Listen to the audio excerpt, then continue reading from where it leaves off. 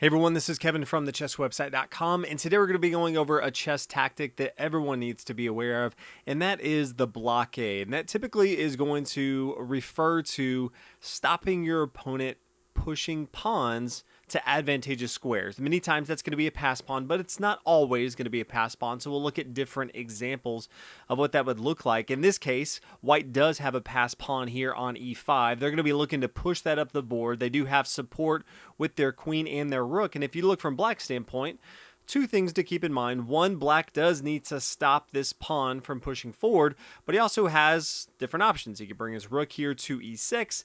You can bring his queen here to e6, and you can also bring your knight here to e6. So one, you need to always be looking for blockades.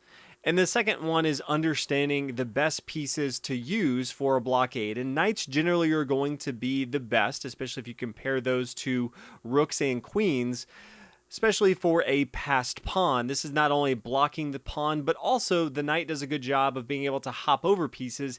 It can still control a lot of the board, even being here on e6. If the rook is here on e6, it can't really control anything else. It's one of your major pieces, and you want that doing other things on the board, where your knight here on e6 doing a good job of blocking this, but still defending and attacking some of the critical squares in the center of the board here. You're threatening if this bishop moves, you can come and attack this pawn here on f4. If you ever need to, you can swing over here to d4.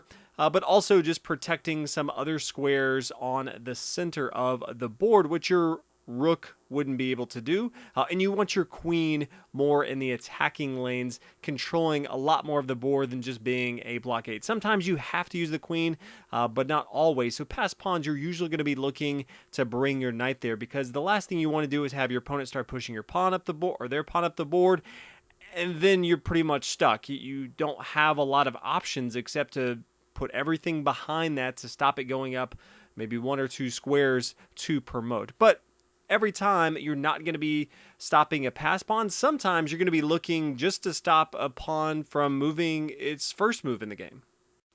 This is a position from a game in the early 1900s from Nizawich. He was one of the fathers of the hyper-modern openings in chess, but had a lot to do with thinking about the theory behind different chess tactics, blockade being one of those that he spent a lot of time on. And in this position, he was white, and he recognized that he did not want to have to deal with black having any sort of queenside advantage. And so he looked at this, and while there's no passed pawns that he had to worry about, he never wanted this pawn to push forward to a5, which he thought would be a pain that he would have to deal with. Maybe not necessarily right away, but at some point. So when he looked at this, he said bishop to a6 is a great blockade. It stopped this pawn.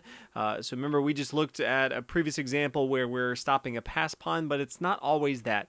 You need to be thinking about what pawns your opponent has that you do not want them to move. Other pieces on the board besides the pawn, they can move backwards, they can move anywhere they want to. Pawns can only move forward, and they can't capture in front of them, and so right in front of them, that is. And so we can always be looking at ways to stop them from moving where they want to. Now this limits where this pawn can go to, and it limits some of the squares and the options that black has on the queen side of the board. Now, beyond finding the best blockade against your opponent, equally as important to figure out how to stop your opponent from blockading your own setup on the board. So in this case, it's white's move, and you can see white has a pass pawn here on d6, but we have this annoying knight here on d7, which is correctly blockaded this pawn right here.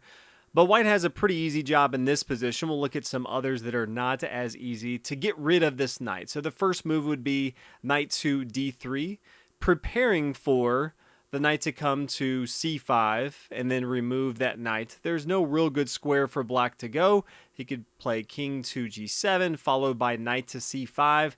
Now black can't do anything. If he moves this knight, this pawn's just going to push forward, and then it's going to promote here to d8 and get a queen. You can't stop that. If black tries to just capture here, the king's going to recapture. This king is now going to gobble up all these pawns on the queen side and have a pretty easy game to push forward.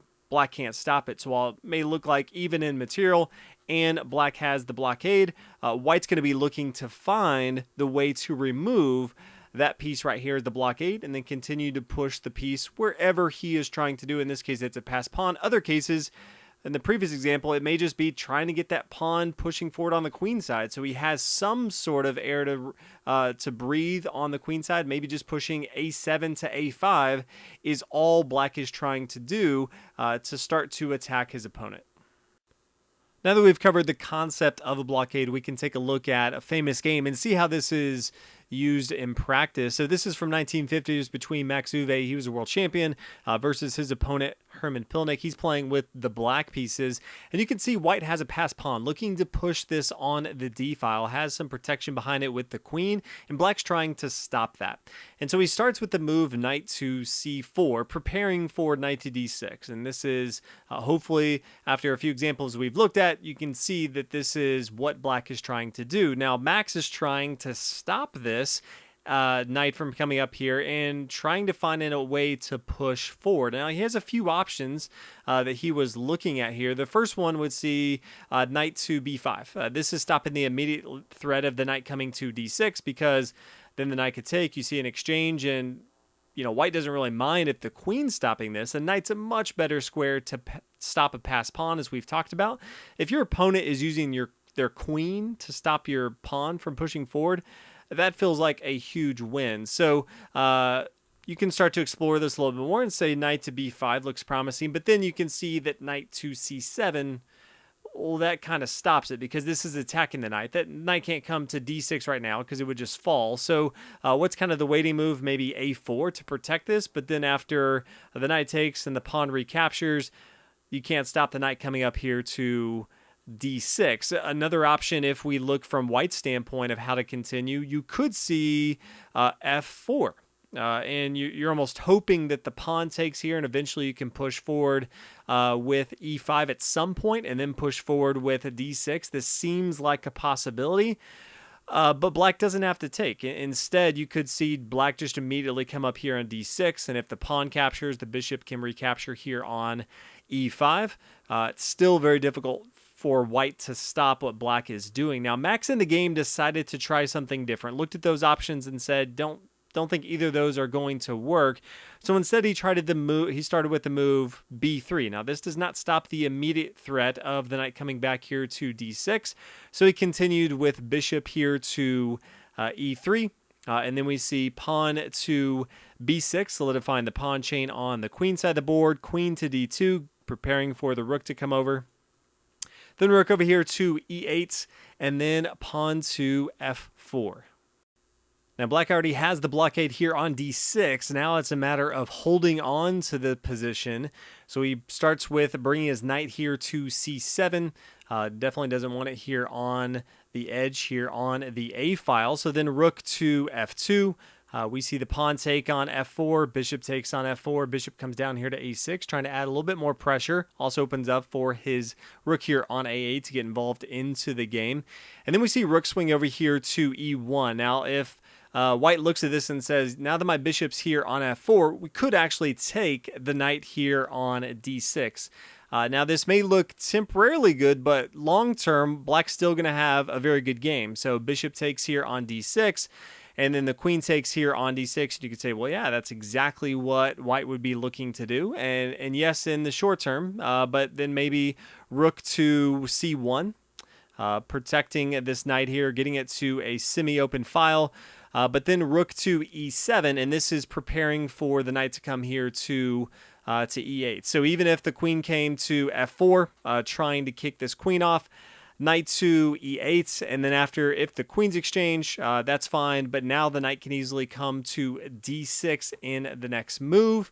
And so you can see that black is still able to control with his rook, with his queen, and then his knight coming here as well, controlling both the d6 square, vitally important to stop the passed pawn from pushing, as well as this square here on e5 as well. And this is a blockade that doesn't have a piece right away, but it is being protected by both the rook and the bishop right now here on e5. So it's stopping both of these pawns here in the center of the board, using some very good moves as well as just tactics against a world champion. Now black because of how he played, specifically with his blockade and stopping the push in the center of the board, went on to win this game. So I thought this would be a good example to show it in practice of looking at the board, seeing what your opponent's trying to do, seeing if they have pawns that you need to stop them, whether it's a pass pawn on a side of the board, or if you just look at it and say, hey,